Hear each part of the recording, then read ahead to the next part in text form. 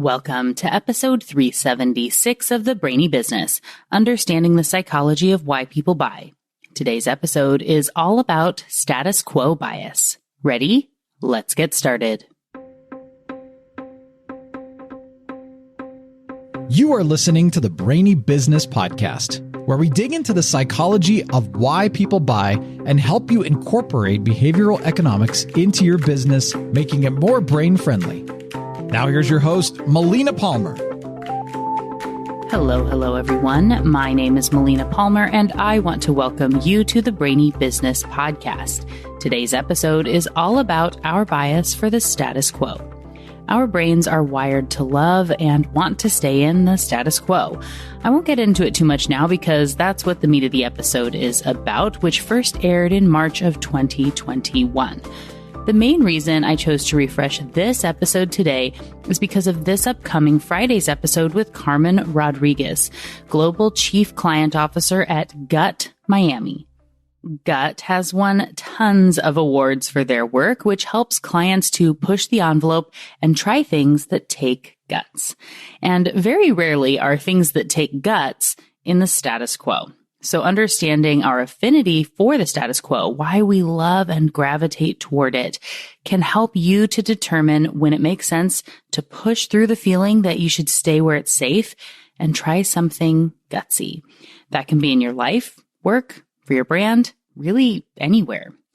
Keep that in mind as you listen today to help set you up for this coming Friday's episode with Carmen. Where would you like to get out of your own status quo and embrace being more gutsy? Don't forget that there are links for everything, including past episodes, books, and articles all waiting for you in the show notes for this episode, which are found within the app you're listening to and at thebrainybusiness.com/376. All right, let's talk about status quo bias. You may be wondering why I said status quo bias is like the foundation of all the foundations. And to explain that, I want to revisit how the brain works. All our brains have a conscious and subconscious processing working concurrently all the time. Amongst behavioral economists and behavioral scientists, these are most commonly referred to as the fast and automatic system 1, what I call subconscious, and the slow, more deliberate system 2, what I call conscious processing. While we would all like to think we're in control most of the time and that our uber logical conscious brains are running the show, in reality, the subconscious is in charge 99% of the time. If we use the analogy of a computer, it can process 11 million bits of information per second compared to only about 40 bits in the conscious brain. 11 million to 40 is a pretty terrible ratio. The subconscious is like a gatekeeper or a receptionist when you want to get a meeting with a busy executive. It's constantly scanning the world around you to determine what is worthy of those 40 bits of processing power. Only the most crucial things make it through the filter, but everything else still needs to be dealt with. Decisions still need to be made, and the average person makes 35,000 decisions every single day. So how does the subconscious make decisions to help you get through your life? If only 40 out of 11 million bits of information can make it to the conscious brain every second, there are millions of little micro choices being made every single second. As an example, your eyes scan the environment around you 3 times every second. You may think you're focused on the street in front of you or looking at your phone, but that focus is broken up with a constant scan to ensure you're safe and preparing for what's coming up ahead of you. Your conscious can't be bothered with normal checks 3 times every second, and that's just one of the many things going on at any given time. So how does the subconscious decide so quickly that something should be considered normal? And if so, what to do in that instance? It does this by using biases and heuristics, or rules of thumb, things that have worked in the past that it believes apply to that specific situation by a millisecond choice. Those biases and heuristics, the rules of the subconscious, are what the fields of behavioral science and behavioral economics are built on. Understanding them and using them to predict behavior. With the subconscious making 99% of the decisions and those being based on rules for what has worked well in the past, we can know that the subconscious really likes for things to be predictable. Your brain wants to have as much as possible processed by your subconscious because it's more efficient. It uses less energy, it's faster, and it thinks it knows best. Because the subconscious is a creature of habit and predictability, it isn't surprising that it has a very strong bias for the status quo. Change is scary because the subconscious doesn't like things it doesn't already have a rule for. It can't make decisions about those things and will therefore send them to the conscious brain for long, tedious processing, as far as it's concerned, until it has been done enough times to become a rule and it can be in charge of that choice once again.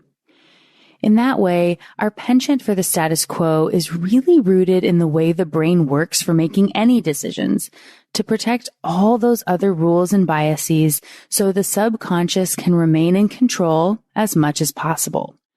The status quo can change based on whatever we've become accustomed to, and that can change greatly over time.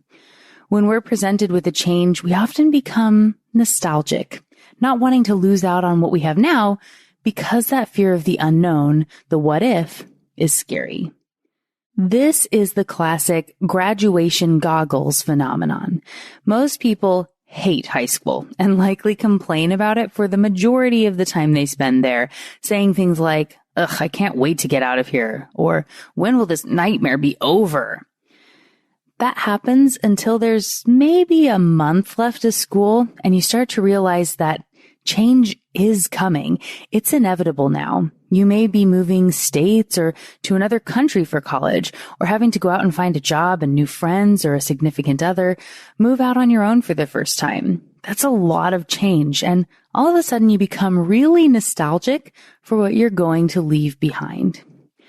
Every walk down the hall has a, "This is one of the last times I'll do this" vibe, and you might start to say, "This wasn't that bad," or even go so far as to start saying these were your golden years and "I'm going to miss this place." That place you've hated for 4 years and couldn't wait to get out of. So what happened? Of course, it's status quo bias. Now that the change is upon you, the stuff you know and are used to looks pretty darn good. This same phenomenon can make it hard to leave a job for a new one, even if you get a great offer. You start to second guess, and your brain will convince you of all the great stuff you've got going for you, a promotion that might be just around the corner, or a new level of vesting in your retirement, or your friends that are there, or whatever. You also see this in relationships. This feeling that the devil you know is better than the devil you don't is inherent in the choices we make every day to maintain the status quo. Taking the same route to work, ordering the same food from a restaurant, buying the same toothpaste, and even brushing with the same hand in the same way every single day. Wearing the same staples when you've got a closet full of unworn options. These are all examples of habits born out of our bias toward the status quo. When researching for this episode, I found an interesting article in Psychology Today, which is, of course, linked for you in the show notes at thebrainybusiness.com/142. And it talks about a thought experiment from 2 different angles. I'm going to read this piece from the article for you here to help show how powerful this bias can be. Consider this thought experiment from the renowned philosopher Robert Nozick. Suppose there was an experience machine that would give you any experience you desired. Super duper neuropsychologists could stimulate your brain so that you would think and feel like you're writing a great novel, or making a friend, or reading an interesting book. All the time you'd be floating in a tank with electrodes attached to your brain. Of course, while in the tank, you won't know that you're there. You'll think that it's all actually happening. Would you plug into this machine for life? For most of us, our intuition is to say no. We might say something like, there's more to life than pleasure, and cite the importance of our relationships with loved ones and connection to reality. And perhaps that's true, but consider this variant on the above proposal. It's a Saturday morning, and you're planning to stay in bed for at least another hour when all of a sudden you hear the doorbell. Grudgingly, you step out of bed to go open the door. At the other side, there is a tall man with a black jacket and sunglasses who introduces himself as Mr. Smith. He claims to have vital information that concerns you directly. Mildly troubled, but still curious, you let him in. I'm afraid I have some disturbing news to communicate to you, says Mr. Smith. There's been a terrible mistake. Your brain has been plugged by error into an experience machine created by neurophysiologists. All the experiences you've had so far are nothing but the product of a computer program designed to provide you with pleasurable experiences. All the unpleasantness you may have felt during your life is just an experiential preface conducive toward a greater pleasure. For example, when you had to wait in that long line to get tickets for that concert, remember? Unfortunately, we just realized that we made a mistake. You are not supposed to be connected. Someone else was. We apologize. That's why we'd like to give you a choice. You can either remain connected to this machine and we'll remove the memories of this conversation taking place, or you can disconnect. However, you may want to know that your life outside is not at all like the life you have experienced so far. What would you choose? This question comes from an experiment by Philippe de Brigard, a researcher at Duke University, who challenged the intuitions many of us hold when we read the original Happiness Machine thought experiment. One might think that individuals, when faced with the choice between reality and simulation, would consider contact with reality to be critical, and therefore a clear majority of people would opt to exit the machine. However, when de Brigard posed this question to participants and measured the responses, he found the opposite result. Among the respondents, 59% said that they would prefer to remain connected to the machine, while only 41% said they would prefer to be disconnected. The result of this study has interesting implications for the way we think about our capacity for change and our preference for the familiar. The article goes on from there, but as I said, it's linked if you want to check it out. So, what about you? Did your opinion toward the experience machine change from one story to the next? Did the thought of leaving all you've become accustomed to behind, even if it meant leaving fiction for reality, feel stressful in a way that you might not have expected? This shows you just how powerful status quo bias can be in our lives. Wanting to keep things the same or feeling immense stress or fear about the idea of starting something new doesn't mean the old thing is better or that the new thing is worse or a bad decision. It just means that it's new, and you know that already. That's probably what drew you to the opportunity in the first place. One thing I tell my clients to do is to embrace that feeling. When you're looking to start something new and spend all your time planning and get ready to pull the trigger and start to question yourself and get scared, and you likely will, then remind yourself this is a natural reaction of your brain to keep itself safe and predictable. It doesn't mean the decision is bad or that you're on the wrong path. If you were looking to do something new and have done the due diligence, embrace that feeling as a good sign and move forward with confidence. It'll become a habit before you know it and be a new status quo you can't imagine living without. The pandemic has been a huge time of change for all of us. There are many examples I could use from this time, but let's just focus on virtual meetings and remote work. How many people said they couldn't meet with clients virtually, that they couldn't sell without being in person, or that it wasn't possible for the company to function without having staff physically present together in the office? That was a lot of status quo bias talking. It would have been some work and transition to make that change happen, and when it wasn't absolutely necessary, it was easier to say it was too hard or wouldn't work. When it had to happen, and fast, it miraculously worked. Luddites began embracing Zoom and Slack and Microsoft Teams. Now, if those same people were faced with a mandate to go back to the office from 9 to 5 every day and be in meetings in person and have to commute, does that feel like a terrible shift that's way worse than the freedom to work from anywhere and have more flexibility in your schedule? In many cases, yeah, this has become the new status quo, and the idea of giving it up isn't exactly appealing. There are always exceptions, but there are also lots of people who don't ever want to go back to work in an office environment. A massive forced shift in circumstance caused essentially everyone on Earth to have their status quo bias shaken up in a way that we had to try new stuff to find a new normal. Solutions that were once unfathomable are now easy. There are a couple of lessons for you here in your business. First is looking at yourself and your teams when presenting changes. It may feel like a new approach can't be done, or that you may worry that if people resist change when it's first brought up, that they will never get on board. And that's generally not the case. When the status quo shifts, our bias will move along with it. Some people may choose to not go with the company shift, but that's okay if they aren't a cultural fit anymore. If there's a new direction the company needs to take to stay relevant, it's important to make that change and make it so it's non-optional so that status quo will actually shift. Also, it is important to always put in the effort to communicate as best you can.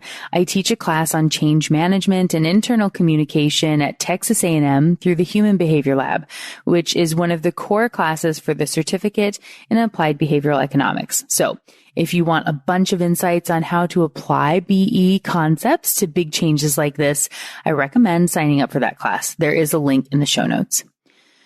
Just know that there are ways to work with the biases of the brain so they will be less impactful when presenting change. And if you do that well, people will generally adjust to the new norm and establish a new bias toward that status quo.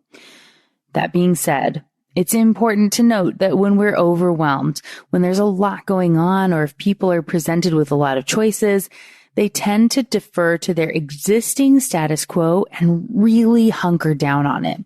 So when people are already stressed and overwhelmed and overworked, it isn't a great time to present a change in their status quo.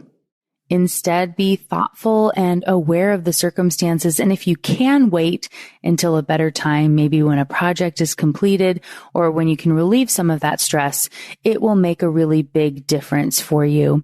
I've also linked to the episode on change management from the podcast, in which I talk about how a slight shift in the way that you present a change can make a difference so that the trifecta works for you instead of against you. And I use the example of getting people to change their desks, which is something that's been notoriously problematic for a lot of businesses around the world.